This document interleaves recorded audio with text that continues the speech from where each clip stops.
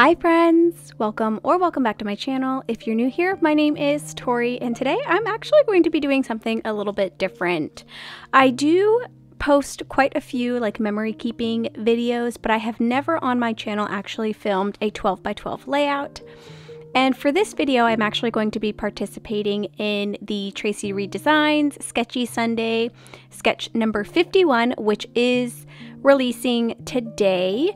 So you will be able to find that on the blog, and I will link that down in the description box for you below as well if you want to go check out some of the other inspiration.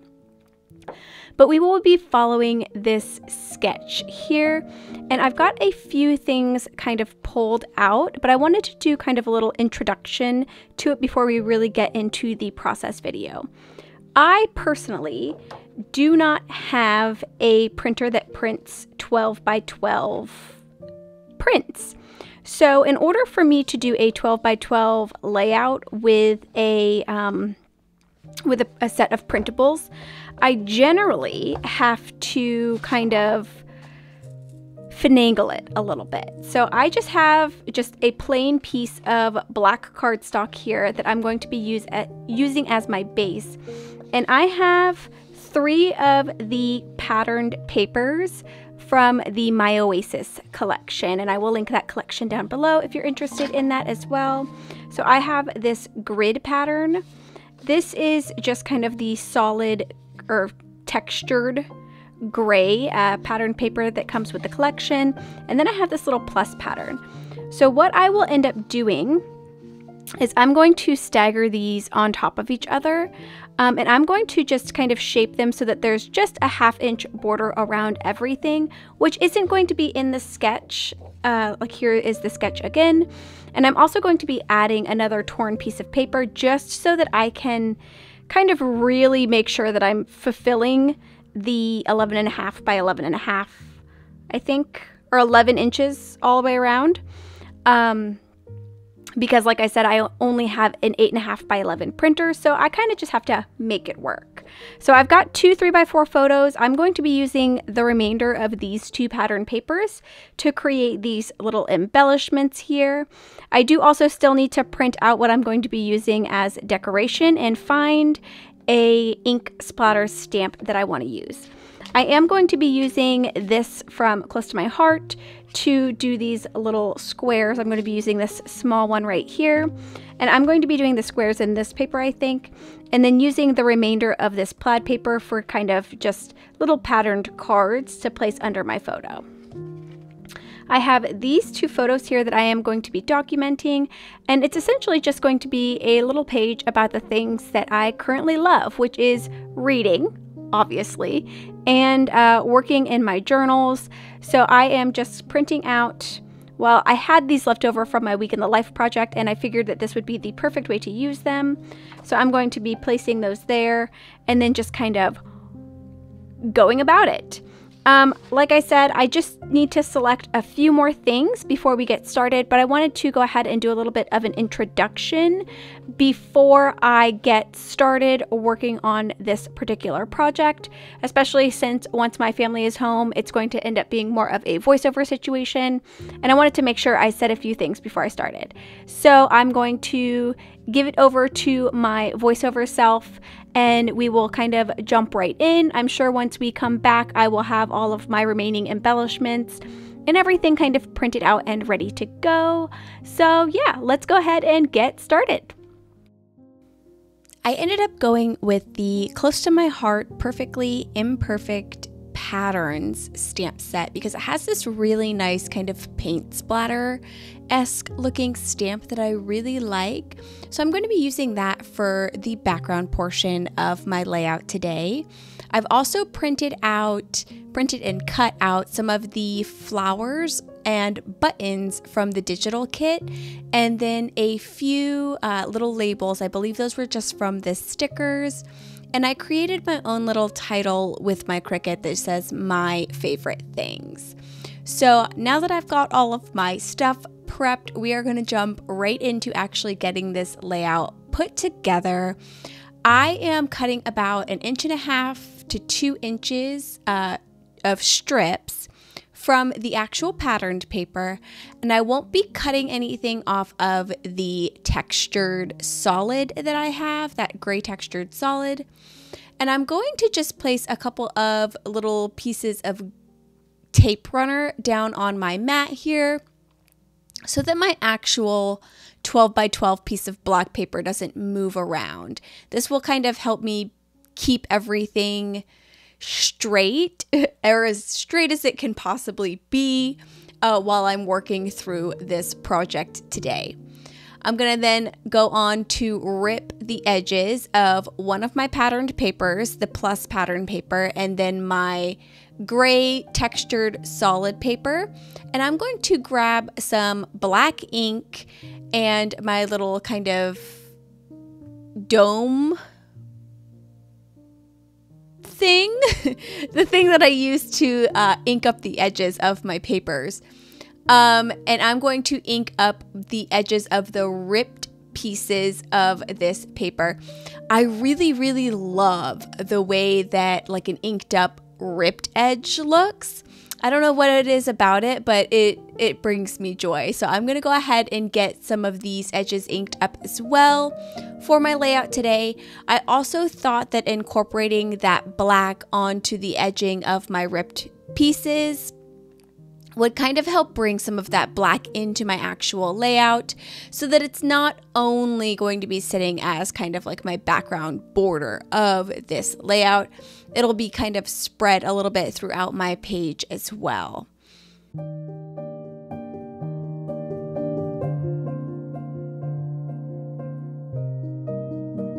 Now that I've got my kind of main background papers all ready to go, I'm going to pull out my little mini T-square ruler from Simon Says Stamp, and I'm just going to go ahead and get these papers adhered down. I know I'm not going to be doing much layering with these background papers, so I'm just going to be adhering them down completely. But with those papers that have the ripped edge, I'm not going to go as close to the ripped portion of the edge because I'm going to rough that up just a little bit once I have everything laid down. So I am going to kind of use this little tiny T-square ruler to try and get these as straight as possible and lined up as well as possible. It does not cover the full 12-inch of the layout, so it's not perfect, but it works for what I'm using it for, so I didn't run into any issues. There's a couple of slight like variations in where the papers actually ended up being, but it's probably only like a millimeter, maybe a little bit less than that it's off, and you can only tell if you're really, really looking at it. So I don't think it's too much of an issue. The next thing that I am going to work on here is just getting some of the background splatter added to my spread. I am laying my two photos out where I think that they'll be resting once I've got everything said and done. And then I'm just going to stamp all over. Essentially, I'm stamping one like fully inked up stamp, and then I'm just going to be stamping off completely the rest of the ink. So I get a lot of different variations when it comes to the darkness and tone of each stamp that I'm doing. Yeah, and I really like the way that this looked. A lot of it's going to be covered up, but I definitely love the kind of just added element that stamp adds to the background. Now that I've got that stamping done, I am going to go ahead and just pull out my mini die cutting machine. It's the Sizzix mini die cutting machine. I think that's what it's called. I'm not sure. But I'm pulling that out because this square die that I will be using is only about like 2 inches wide. So I will be able to use my mini die cut machine in order to get this done. I just cut a strip off of that plus paper, and I'm just going to go right down that paper, and I'm just going to continue to cut until I've got 3 specific squares. The last one that I will end up cutting is actually going to be cut off just a little bit, but I kind of figured that that would be happening, and I know that one of these squares is tucked a little bit behind one of my photos on the sketch, so it wasn't going to be an issue for that to happen, and I wanted to use as much of the actual paper that I trimmed off as possible, so this definitely helped me achieve that.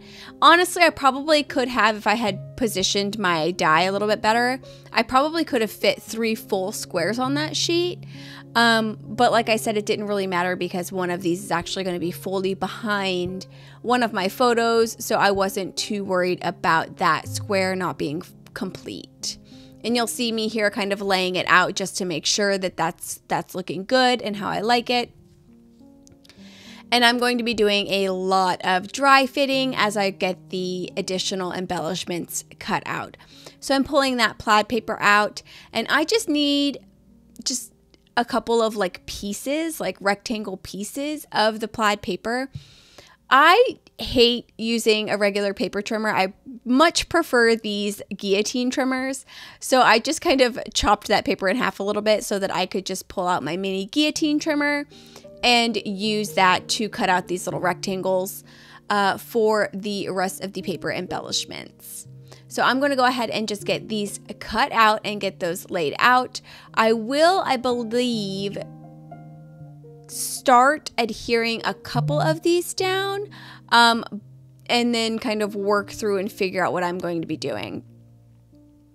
I do have, like I said, these labels from the sticker pack of this collection, and I didn't want labels. So in my mind, when I was kind of looking at the sketch, they looked like word phrase stickers to me. So what I will end up doing is chopping these labels in half, and then I'm going to cut off the sides of them. So it's essentially just going to be like 2 little lines, like a little green line and a white line underneath it.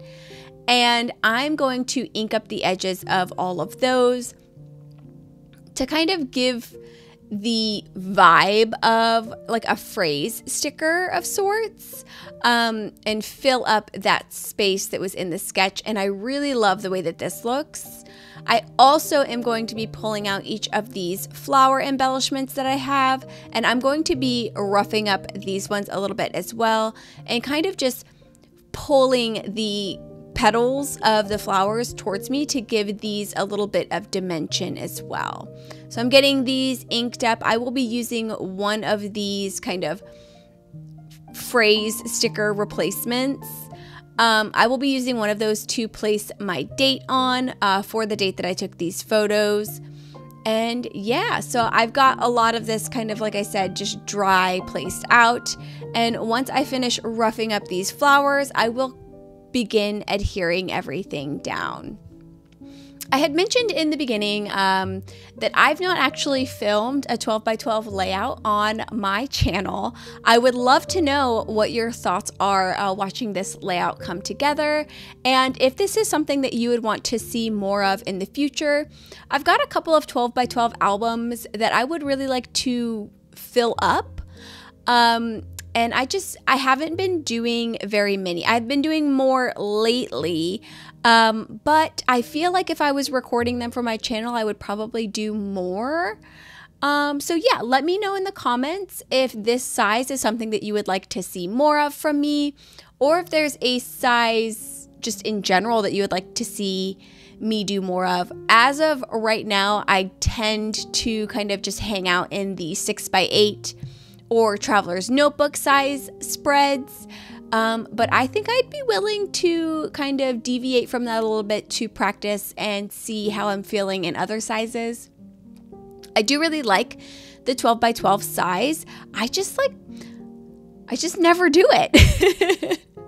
But when I saw this sketch and it was a 12 by 12 sketch, I had considered kind of altering it to fit within a traveler's notebook, because that's generally like the whole traveler's notebook, if it's fully open, is essentially like a small square. Anyways, it's like a 8 1/4 by 8 1/4 type square-ish. So yeah, I'm curious what everybody's thoughts are on that. I do like working in 12 by 12. So yeah, let me know down in the comments below if that would be something that you would want to see more of from me in the future, especially since in most cases when I'm working in 12 by 12 layouts, the last like 3 or 4 that I've done have been all with Traci Reed products. And since those are printables, I can only work on those with my 8.5 by 11 papers. So I have to come up with pretty creative ways to make everything work. And I always end up having like a 1/2 inch border around it because I need like a solid paper in the background. So yeah, let me know what your thoughts are on that in the comments. I am getting everything started to adhere down here. I'm going to just get all of my main elements, which is going to be these little squares and these kind of patterned cards and my photos. I'm going to get all of those adhered down first, and then I'll start getting all of my embellishments laid down as well.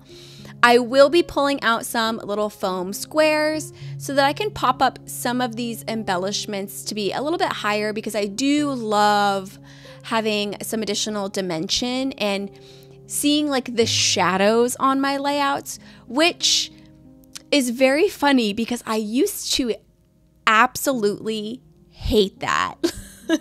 It's so funny how like our styles and preferences change over time, because I used to not like being able to see shadows on my layout, but now I just find it so satisfying, like to see little tiny shadows of things that have like some extra dimension on them. It just, I don't know what it is now. But some of these flowers I am tucking behind my photos. So I am going to take those little square foam dots, or those little foam squares, and just place it on like one side of my flower so that I can tuck the flower behind my photo and have it kind of just have very subtle dimension, where like the edges of the flowers that's popping out from my photos are kind of dimensionalized, but it's still tucked underneath my photo and looking very flat in those areas. I will also be adding these foam squares to both of the buttons. The buttons in particular, I felt like blended in pretty well with the plus pattern paper that I used. So I liked having the ability to just pop those up on my foam squares. And then I felt like that having like the dimensional shadow underneath it really helped kind of differentiate the buttons from the photos and that paper as well. Now let's see, I don't have too much left on this layout. I'm putting my little strips down and then some of my last little embellishments. I didn't adhere one of these flowers down, which I will do a little bit later when I go to move something and end up pulling it out from behind my photo. The flower that's right underneath where I'm working right now for my title. I didn't actually adhere that flower down, but I will correct that a little bit later. But I am going to adhere down my favorite things. I had originally wanted to cut this out several times on my Cricut, but there was like something happening with Design Space when I was getting everything cut out for this layout, and it was just, I don't know, there was some weird stuff happening, so it wasn't loading the way that I wanted it to in order for me to cut this out multiple times. So I just figured I'll just cut it out once, it'll be fine. And it looks perfectly fine just like that, so I just left it as is. I'm going to go ahead and put my date on my spread here, and then I also pulled out these little dots, and I'm going to use quite literally almost all of these black dots. That was another way that I thought that I could bring some of that black into my spread. My picture has some black in it, but these little dots I think are also going to be super helpful with bringing the black into my spread as well. And then once I lay these out, I am going to work on my little journaling card that is in the sketch as well.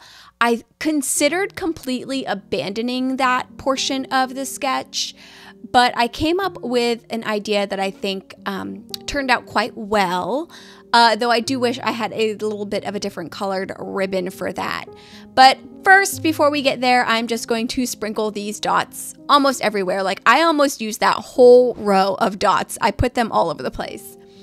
So where I'm tapping my finger here is where the little journaling spot is going to go. I'm going to end up cutting off this little piece of scrap paper.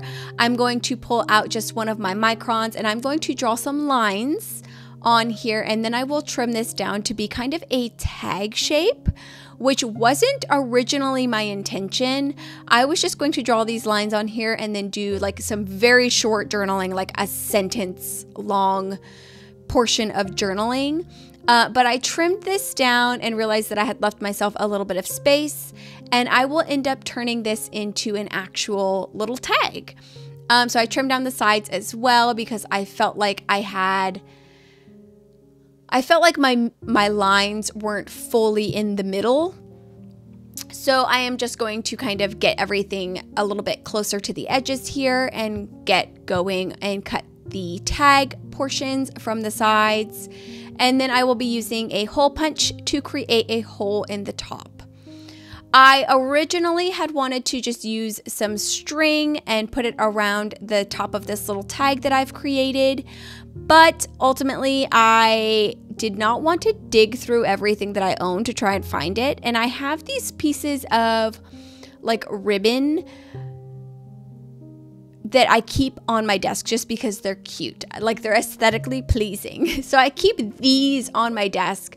So I pulled this out. It doesn't match the spread like 100%, but since my photos are a little bit more orange, I thought it would work just fine, and I did end up using it, and it matches my photos almost perfectly. So I thought that that would be a good way to kind of bring in that color a little bit as well. I am just going to tie this in a very loose little knot here. The one thing I do like about this ribbon is that like when you tie it in a knot, it looks like a very like easily done bow. So I just tied that into a little knot and then stapled it down to make sure that it stayed in place. And then I will just be adding a little bit of journaling here that just says my two favorite hobbies, reading and journaling / memory keeping. And that's going to be about it. I'm going to just go ahead and get my little area kind of tidied up some and then pull this off. And we'll have a little photo before the end here. I would love to know what your thoughts are down in the comments below.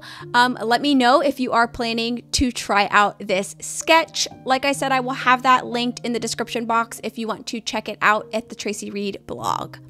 Thank you so much for joining me today. I hope you have a wonderful rest of your day, and I hope to see you in my next video. Bye!